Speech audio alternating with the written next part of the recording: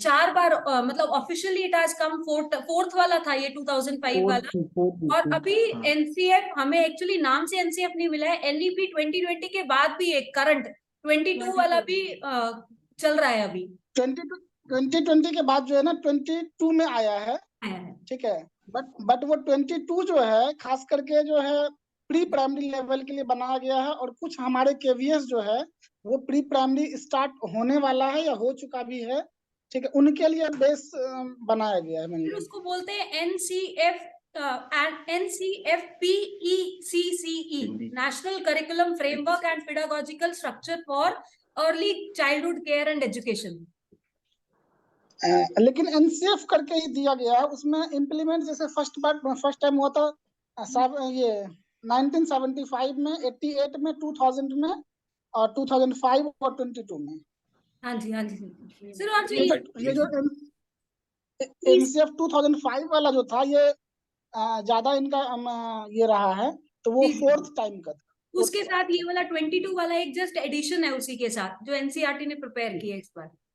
NCERT and NCFTE, national curriculum for national council for नहीं national council for teacher education ने भी उसको साथ में प्रिपेयर किया अलॉन्ग विद एनसीईआरटी। 2 एरियाज का आज के बाद 3 पहले 3। अब मेरा क्वेश्चन है प्रीति मैम से। प्रीति मैम, आप रीतिकाल के बारे में कुछ बताइए। Yes Preeti, show your talent. Sir, रीतिकाल में ज्यादा श्रृंगार से रिलेटेड जो रचनाएं हैं वो की गई है, और श्रृंगारिकता ज्यादा दिखाई गई है रीतिकाल में। ओके, आप इतना ही बताना चाहते हैं। विकास, आपका हैंड रेज है, आप कुछ पूछना चाहते हैं? सर, मेरा कल का क्वेश्चन का आंसर मैं कल नहीं ले पाया था, शायद मैं कट गई थी मेरी क्लास कल। आपका क्या क्वेश्चन था?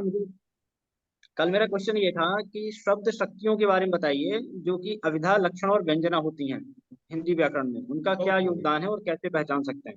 ओके ओके, बताइए इनको।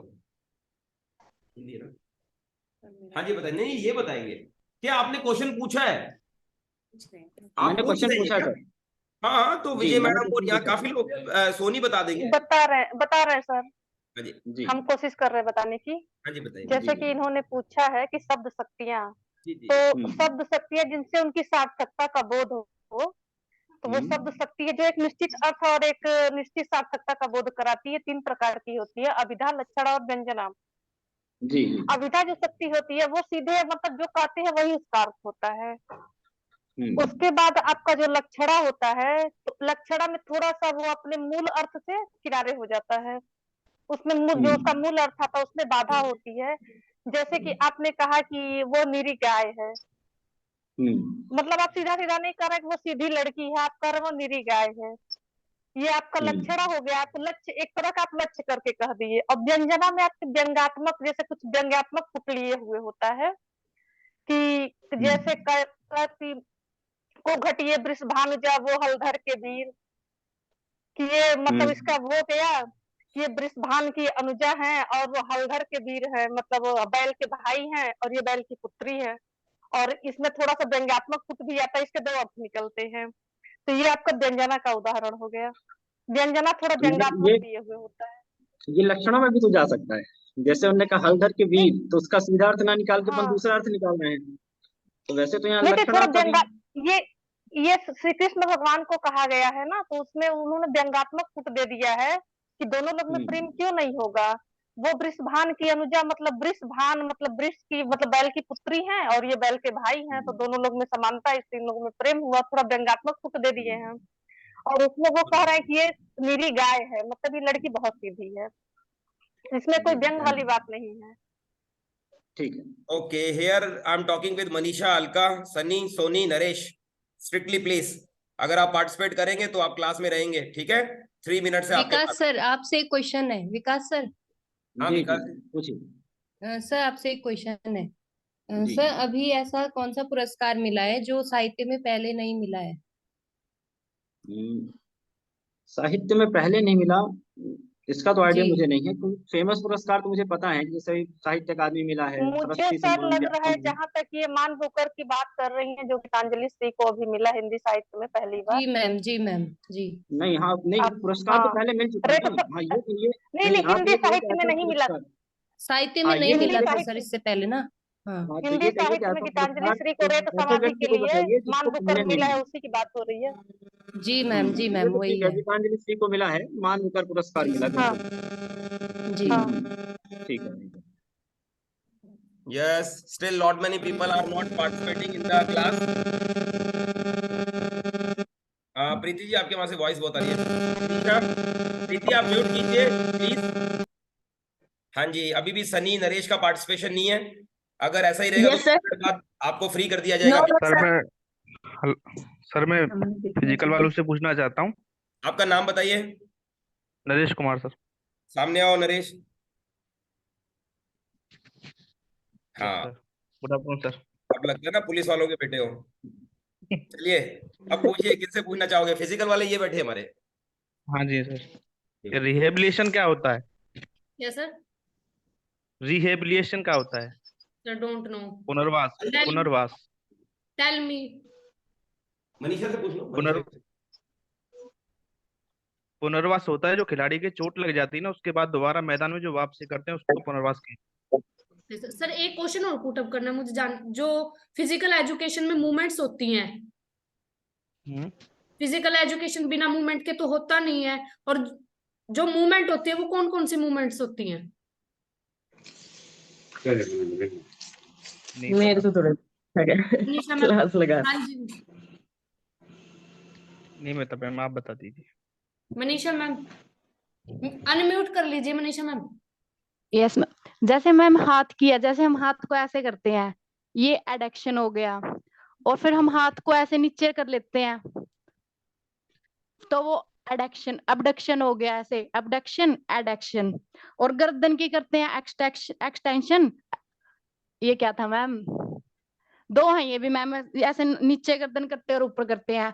और ये गर्दन की हमारी चारों तरफ घुमा सकते हैं। ये एक्सिस और प्लेन में आती है मैम। जैसे एक्सिस और प्लेन हमारे तल, और जो इसमें जैसे फैन का एग्जांपल ले सकते हैं। फैन की जो पंखुड़ियां हैं वो तल हो गई, प्लेन मतलब, और जो इसकी ऊपर स्टिक लगी है इसको हम एक्सिस कह देते हैं, कि एक्सिस पे प्लेन घूमता है। तो इसमें क्या क्या मूवमेंट होती है? इसमें होती है रोटेशन वाली। तो इसमें ना थर्ड वाला ट्रांसफर प्लेन आ जाएगा, और हॉरिजेंटल एक्सिस। हॉरिजेंटल मतलब ऐसे, अगर हमारे शरीर को यहाँ से काट दिया जाए तो हम कैसे मूवमेंट करेंगे? ऐसे ऐसे करेंगे। तो इसमें ना सारी जो भी रोटेशन वाली मूवमेंट है ये सभी होंगी मैम। और मैम इंटरनली भी होती है इसमें movement? Internally? Yes ma'am. Internally तो अभी ध्यान नहीं आ रही मैम, आप बताइए। मैम इंटरनली जैसे हार्ट, मूवमेंट होता है, हमारा हार्ट बीट करता है। हाँ जी, वो थोड़ा मैं पूछना ही चाह रही हूँ आपसे ये तो हाँ हाँ ठीक ठीक मैम। वो मैम जैसे इनवॉलेंट्री, वॉलेंट्री। इनवॉलेंट्री में ये मांसपेशियां हमारी, जो हमारा इनवॉलेंट्री है। इनवॉलेंट्री तो हमारी अनिच्छा, हमारी इच्छा के अनुसार नहीं है। और जो वॉलेंट्री है हमारी इच्छा के अनुसार घूमती है। जैसे जैसे हमारा हाथ है, ये हम इसको अपनी इच्छा के अनुसार कहीं पे भी ऐसे कर सकते हैं। जैसे हमारी पलक है, इनको भी हमारी इच्छा के अनुसार कभी भी झुका सकते हैं। लेकिन जो हमारा हृदय है, हर्ट है, उसको हम अनिच्छा के अनुसार, ये हमारा अपने आप धकता रहता है। ये और जैसे हमारा पाचन संस्थान, यस मैम, पाचन, ये तो नहीं है कि हम जो कुछ भी खाएंगे हम कहेंगे हाँ अब पच जा, तू नहीं पचेगा, वो तो अपनी मर्जी से पचेगा। और लेकिन जो एक्सटर्नल है, हम हाथ की पैर की मूवमेंट है, ये एक्सटर्नली है, ये हम अपने आप कर सकते हैं इनको। और कॉन्ट्रैक्टिव मसल होते हैं, वो क्या होती है मैम?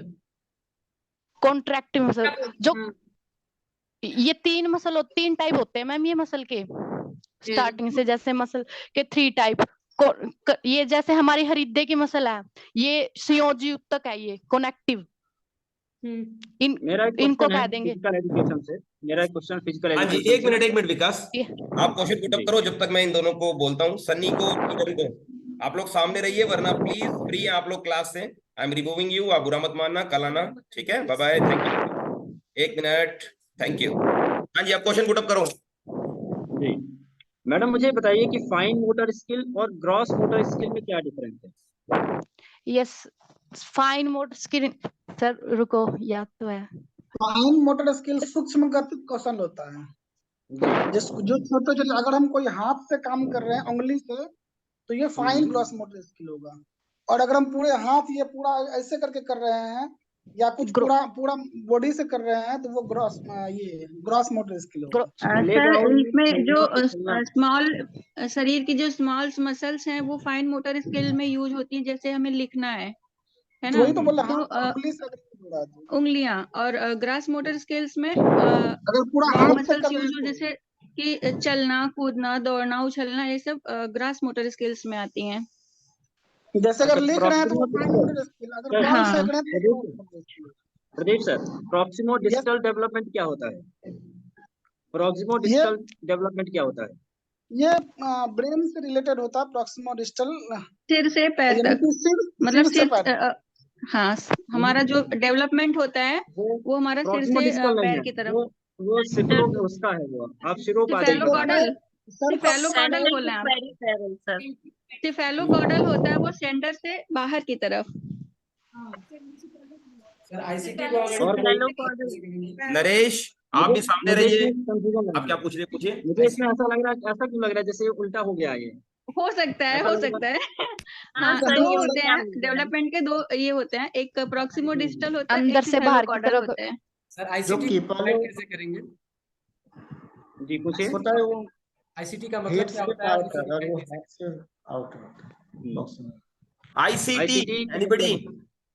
आईसीटी का मतलब मॉडर्न टेक्नोलॉजी, जो भी हम अपने शिक्षण को प्रभावशाली बनाने के लिए यूज करते हैं।